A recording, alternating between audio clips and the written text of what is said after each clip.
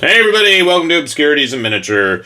We are going from one extreme to the other. Recently we got the renewal or revival or whatever Gundam based on the original 79 version, and this thing is an absolute beauty, but we're going to go to the complete opposite end of the spectrum, starting from the beginning and coming, well, to the most recent. I was going to say the end, but that would be the Turn A. Anyway, I got a GQuuuuuuX. I just finished watching the show, which was quite enjoyable, so I figured why not go ahead and build it, right? So, interestingly enough, I like the fact that a lot of the stuff on the box I do not recall actually seeing in the show until much later, but it is what it is.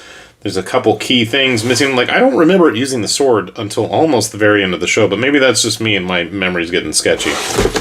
Anyway, it's very colorful, so I was really curious to see what they're going to do.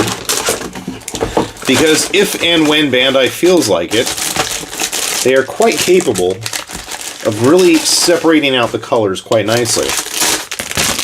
Is that going to be the case here? I don't know. So, right off the bat, we've got the dreaded sticker sheet, but it doesn't seem like there's too many. Having built so many kits in the past few months, as I've spent most of my vacation time doing nothing but that. Well, it doesn't look too bad. Not too big either. So right off the bat, we can see that parts are, well, at least the A sprue is going to be the usual multi-part separated. So that's good to see. My big concern was with the red parts. Because, well, being a Gundam, you know, it's going to have a lot of white, red, and blue. So we do have one sprue, at least, of nothing but red parts, or at least a chunk of a sprue. We've got the beam sabers. I'm going to call them that. I like that light blue. It's almost like a Prussian blue. And then we've got the usual sort of kind of white pieces. Nothing too elaborate. Oh, but wait, what is this? Aha!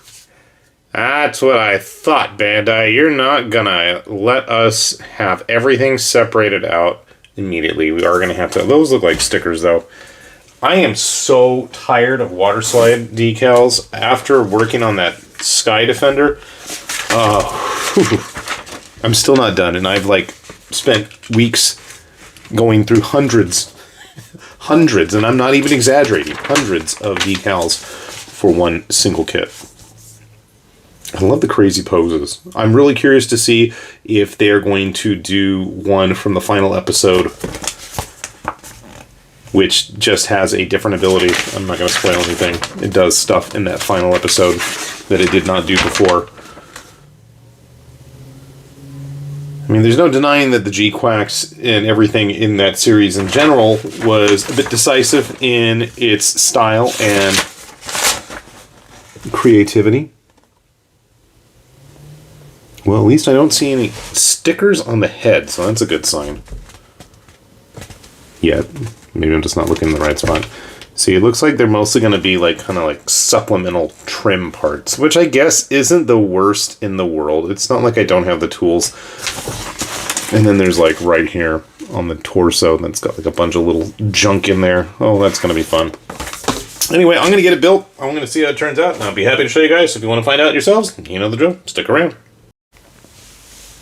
Well, we got the GQuuuuuuX all put together here. And I gotta say, at the very least, it was a different experience. It was a bit of a novel build, just about in every single aspect of this thing. It did not follow the mold in any way, shape, or form, like any other Gundam kit. And I gotta say, the part color separation, for the most part, is really fantastic. Now, some of the yellow bits you see especially are going to be decals. Be aware of those.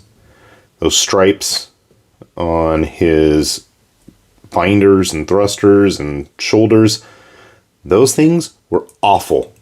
Absolutely god-awful. I don't know what happened. I never used to have any issues with like the decals, the dry decals that Bandai would include, but these were just so utterly disappointing. I mean, just, I'm lucky I got those on. Let me say that. I ripped a bunch. I couldn't get some off. They just were a pain to deal with. I don't know what happened, you know, seriously.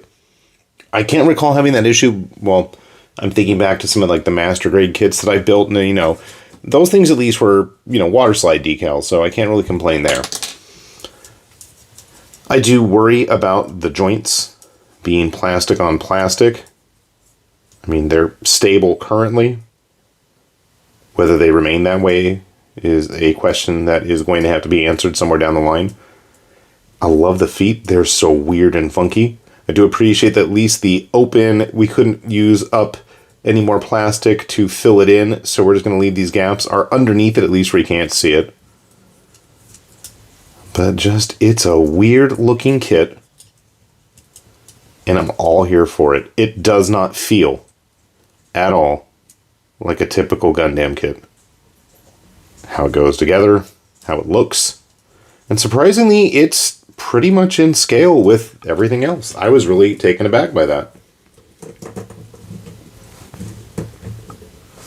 Going with my other 1/144th kits that I have handy at least, because I always keep a Gundam handy. And you can see he fits right in with his buddies there.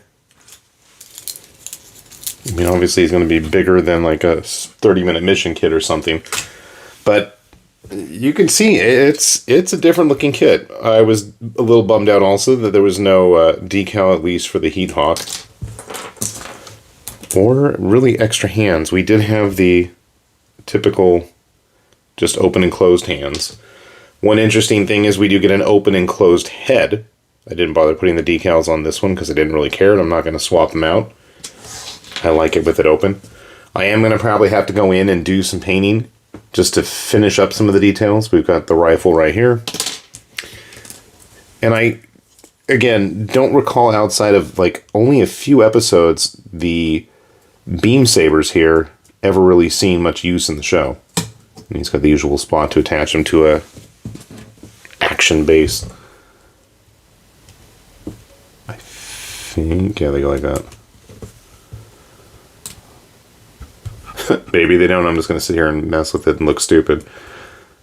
Opposite side, okay. They're kind of funky, but from this, I really don't feel any surprise there. One other nice little function is that if you want, you can actually have the core fighter attached to the boosters. I don't think it looks very good. It needs a little bit of paint.